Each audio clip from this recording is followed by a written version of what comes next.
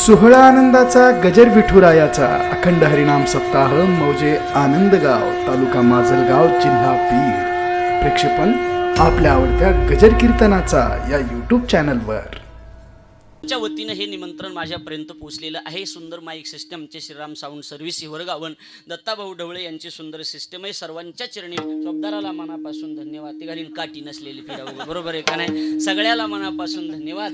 आणि शिवेला सुरुवात चिंतनातला जो अभंग आहे तो अभंग आहे जगद्गुरु तुकाराम महाराजांचा. महाराजांच्या गाथेतील आणि महाराजांच्या गाथेमध्ये अनेक प्रकरण आहेत. त्यामध्ये ज्ञानपर, भक्तीपर, अद्वैतपर, नामपर, मागणीपर, उपदेशपर आणि या सगळ्या प्रकरणामध्ये विशेष महत्त्वाचं प्रकरण म्हणजे संतपर प्रकरण. आणि त्या संतपर प्रकरणातला 4 चरणाचा सरळपंथी अभंग सेवेकरता निवडलेला आहे. आणि या अभंगाच्या माध्यमातून तुकाराम महाराज संत महात्मे या जगावर या पृथ्वी तलावर कशासाठी अवतीर्ण होतात, त्यांच्या अवतार कार्याची कारण मीमांसा म्हणतात.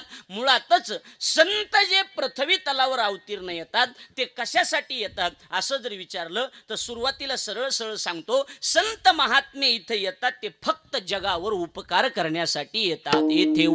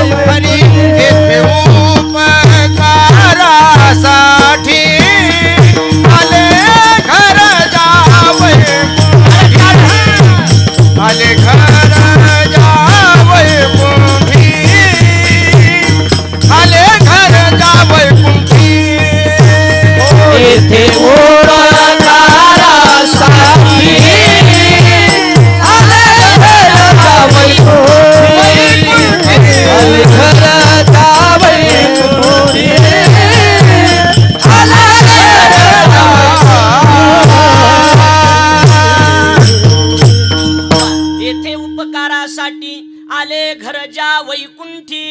ज्या घर वैकुंठी ते येथे उपकारासाठी. संत महात्म्यांचा मुळातच निवासला वैकुंठातला. आम्ही वैकुंठवासी आलो याची कारणाशी. बोलिले जे ऋषी साच भावे वरताया. महाराज म्हणतात तुका म्हणे मज धाडिले निरोपा आणि मार्ग हा सोपा सुखरूप. अर्थात आम्ही वैकुंठातले आणि इथं जे आलो ते जगावर काय करण्यासाठी. अप्पासाहेब काय करण्यासाठी. बिड्या वाढायला का. मग काय करण्यासाठी. ओ नाना बोला. उपकार करण्यासाठी म्हण. उपकारासाठी केले हे उपाय. उपकारासाठी केले हे उपाय. उपकारासाठी केले हे उपाय. उपकारासाठी केले हे उपाय.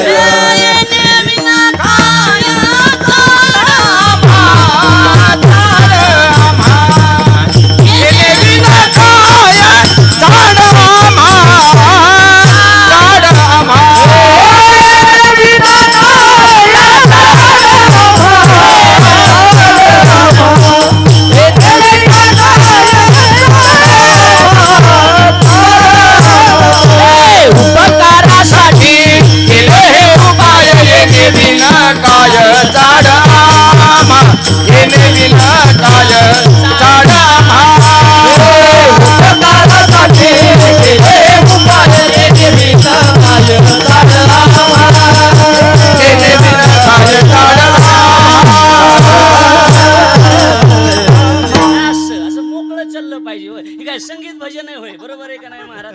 कीर्तन म्हणजे असे मोकळं चाललं पाहिजे महाराज. हा ठीक आहे. आणि चाली बी अशा म्हणल्या पाहिजे की चुटकीच्या चाली झाल्या पाहिजे कीर्तनात बरोबर आहे का नाही महाराज. उबाट्या आऊत हाणायचं उबाट्या बरोबर आहे का नाही. लक्षात आलं का. नाही तर काय काय एवढ्या वेळ आरडत येत महाराज. एक जण तोंड उघडला चालू केलं एवढे वेळ तोंड उघड होतं. चिमणी आली मध्ये गेली अंडे दिले पिले घेऊन गेली तरी तोंड तसंच होतं महाराज. आता काय करावं सांगा. हसं जा तुम्ही मोकळ्या मनानं चमकन कव्हा मरताना एका दिवशी हसं जा मोकळ्या मनानं. काही काहीला काही सांगा हे अशा रटा देवा तो कानाखाली महाराज. असं जा जरा. काही काही बिचारे लग्नाच्या दिवशी जे हसले ते अजून हसलेले नाहीत महाराज. हो लग्नाच्या दिवशी नवरदेवाला रामराम घाला, रामराम रामराम असा थाट असतो त्याचा, बरोबर आहे का नाही? आणि लग्न झाल्यावर त्याला 2 महिने रामराम आला, रामराम. आता 2 काड्या उतरलं म्हणायचं. त्याला 2 लेकरं झाल्यावर रामराम घाला, रामराम. मज्जाच नाही. आता म्हणायचं आउट ऑफ कव्हरेज एरियाच्या बाहेर आहे, सध्या मोबाईल रेंज मध्ये नाही महाराज. म्हणून हसत जा मोकळ्या मनानं, काहीतरी हसत जा जरा. काही हसत नाही. जे माणसं मोकळ्या मनानं हसते ते निर्मळ मनाचे असतात, जे गालात हसते ते प्युअर आतल्या गाठीचे असते, हे लक्षात असू द्या महाराज. त्याच्यामुळे मोकळ्या मनानं हसत जा. आपला विषय हा चाललेला आहे उपकारासाठी केले हे उपाय आणि प्रमाण द्यायचे. दत्त महाराज बिंदास्त प्रमाण द्यायचे माऊली. नसलं बी बसत तरी द्यायचं, मी घेतो, बरोबर घेतो वळून, काही अडचण नाही महाराज, बरोबर वळून घेतो. फक्त ऐकणाराचा मोसम कट होऊ नये म्हणून चाली सिंगल म्हणायच्या, विठ्ठल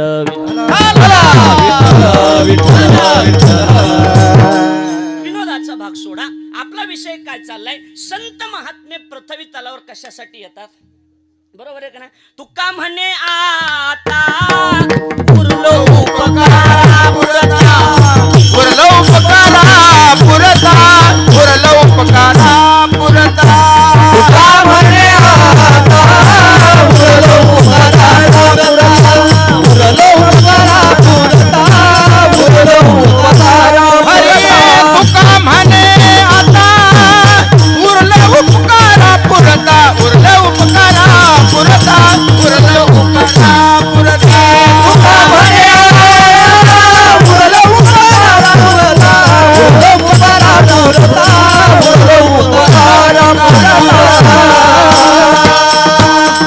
तुका म्हणे म्हणतात आमच्या जीवनात आम्ही जे उरलोत, आता कशासाठी उरलोत भाऊ, कशासाठी उरलोत? ज्योतिराम भाऊ बोला, उपकारासाठी, बरोबर आहे का नाही? तुका म्हणे आता आणि उरलो उपकारा पुरता. ते स्वतः म्हणतात काम नाही झालो पायी, बड बुद्धी ज्याची उपकारासाठी अमृत हे पोटी साठविले, अमृत हे पोटी उपकारासाठी अमृत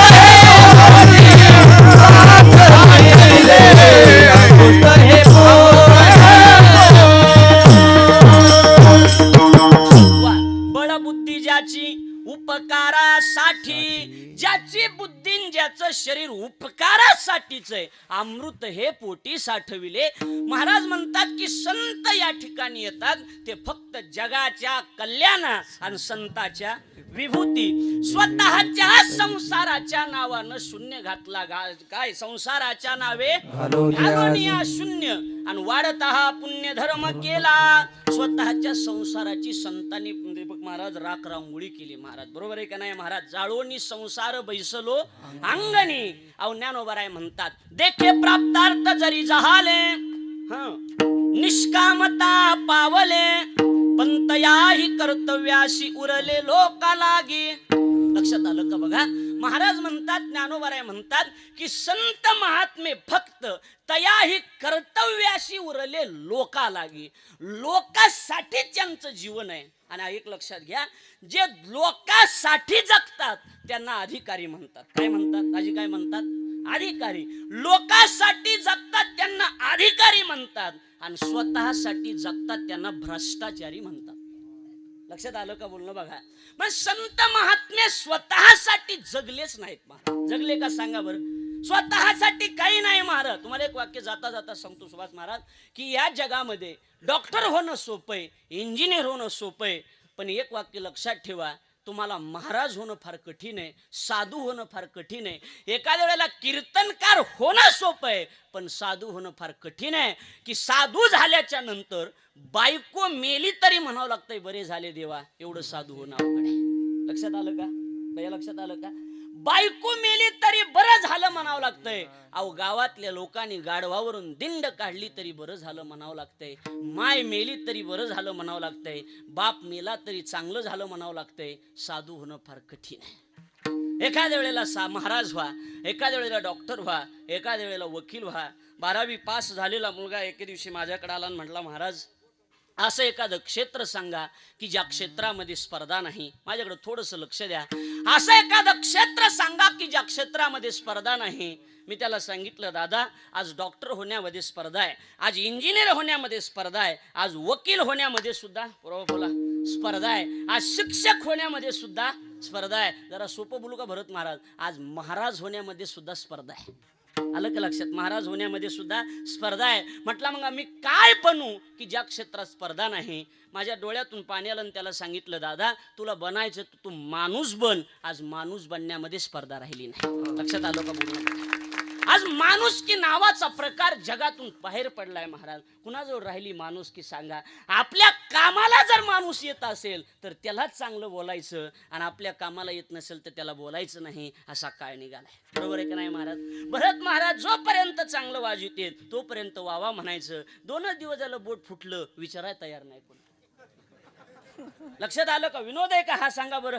हा विनोद आहे का महाराज? सांगा. विनोदासाठी बोलत नाही लोक. जे आपल्यावर ही जी महाराज, मी मोकळ्या मनानं बोलणारा माणूस आहे. या सगळ्या कमिटीला माहिती की मी बऱ्याच दिवसानं ह्या गावाला येतोय. बरोबर आहे का नाही महाराज? भरपूर दिवसानं. मी काही या गावाला जुना नाही, नवीन नाही, जुना झालेला आहे महाराज. बरोबर आहे का नाही महाराज? की लोक आमच्यावर प्रेम करतात. गैरसमज आहे लोकांचा, माझ्या मागे लई माणसं आहे तर माझ्या मागे लई माहुल आहे. चुकीची गोष्ट आहे महाराज. आपल्यावर ज्या वेळेला वेळ येत असते त्यावेळेला आपलं कुणीच नसतं. चला असतं का कोणी महाराज? सांगा. ह्याच्यातलं एखादं पॉझिटिव्ह नको द्या मग बघा.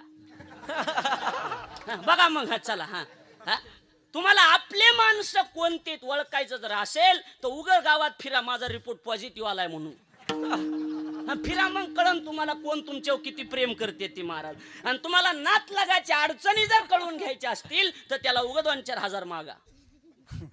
लक्षात आलं का बोलणं माझं?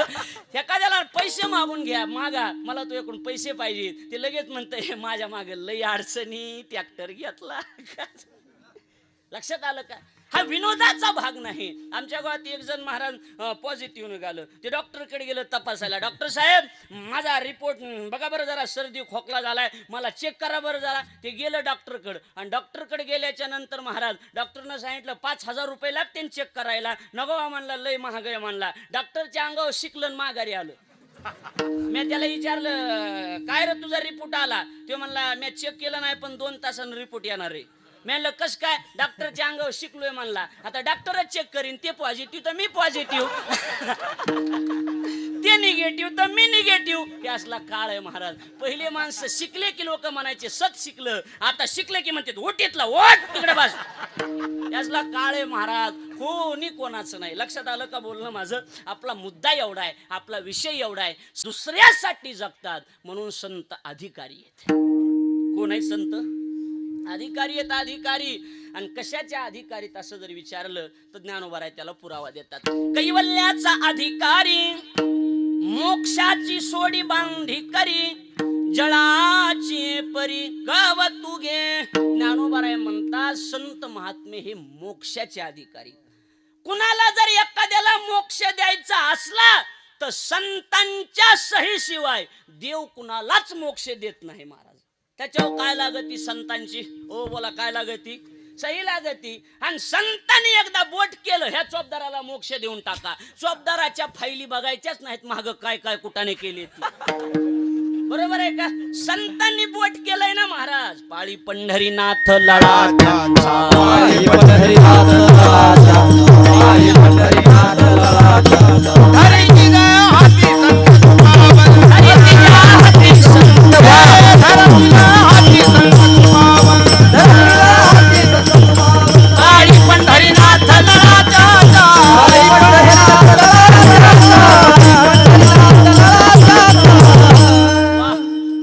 धरितीच्या हाती संत कृपावंत. आणि पाळी पंढरीनाथ लळा त्यांचा. देव त्यांचा लळा पाळतो महाराज. हा अधिकार कोणाचा आहे?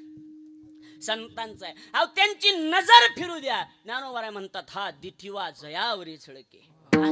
त्यांची नजर जरी फिरली तरी आयुष्याचं कल्याण करतात. अशी कोण असतात? संत म्हणा, ऋषी म्हणा, साधू म्हणा, नाही तर मुनी म्हणा. संत कुणाला म्हणायचं? जे शेवटचे, सरळ ढोबळ व्याख्या सांगतो महाराज. ढोबळ कशा ढोबळ व्याख्या लोकांना कळण्यासारख्या. संत कुणाला म्हणायचं? जे शेवटच्या अंतापर्यंत सहन करतात त्यांचं नाव संत आहे. लक्षात आलं का? आणि संत काय करतात? सहन करतात महाराज, सहन. कुणाला म्हणायचं? साधू. ज्यांना जीवनात काहीच साध्य करायचं नाही त्यांचं नाव साधू. ढोबळ व्याख्या आहेत. कुणाला म्हणायचं? ऋषी. ऋषी कुणाला म्हणायचं? सरळ सरळ सांगतो, जे कायमस्वरूपी संसारावर रुसले त्यांचं नाव ऋषी. लक्षात आलं का? कुणाला म्हणायचं? मुनी. ज्यांनी कायमस्वरूपी संसाराच्या विषयात मौन धरलंय त्यांचं नाव मुनी. लक्षात आलं का बोलणं? मग तुकाराम महाराजांनी संसाराच्या बाबतीत मौनच धरलेलं होतं. बरोबर आहे का नाही महाराज? हा, अहो तुकाराम महाराज भंडारी एक माणूस गेला, महाराज संसारात जरा अडचणी या लागल्यात, काही सांगा. तुकाराम महाराज म्हणले, संसारातल्या गोष्टी माझ्याजवळ सांगू नको. लक्षात आलं का बोलणं? नको मजवासी प्रपंचाचे विषयी, नको प्रपंचाचे विषयी, वदो प्रपंचाचे विषयी, नको मजवासी प्रपंचाचे विषयी, प्रपंचाचे विषयी, प्रपंचाचे, नको मजवासी वदो प्रपंचाचे विषयी, वदो प्रपंचाचे विषयी, वदो प्रपंचाचे विषयी,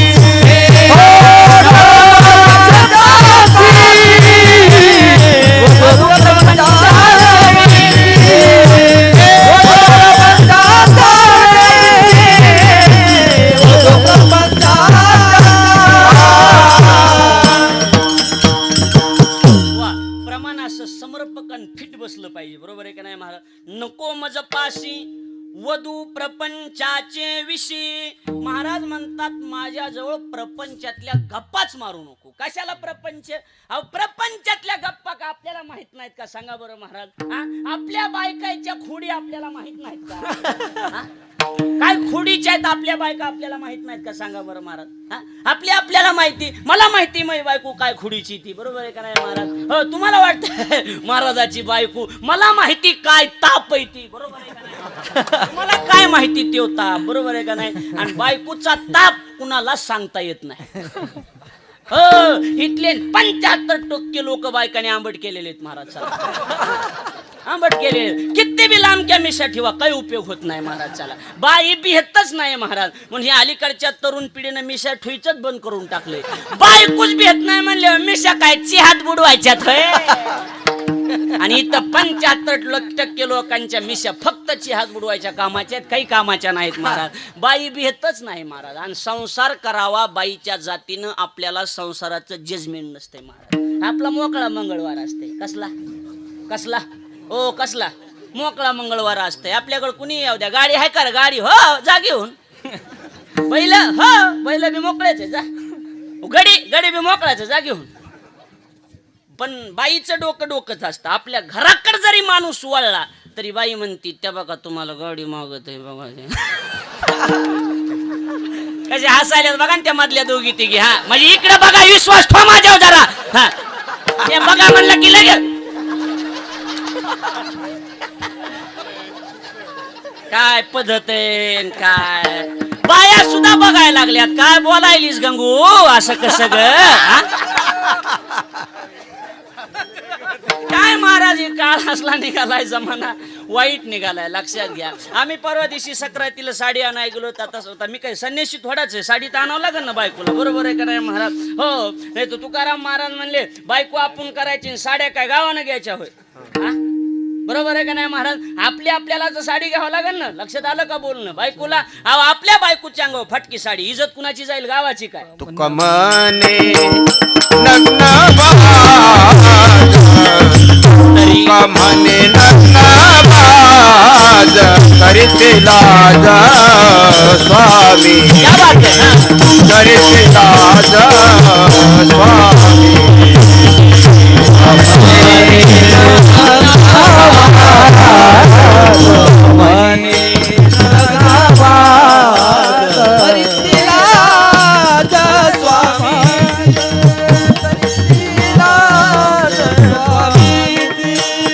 समर्थाचे बाळ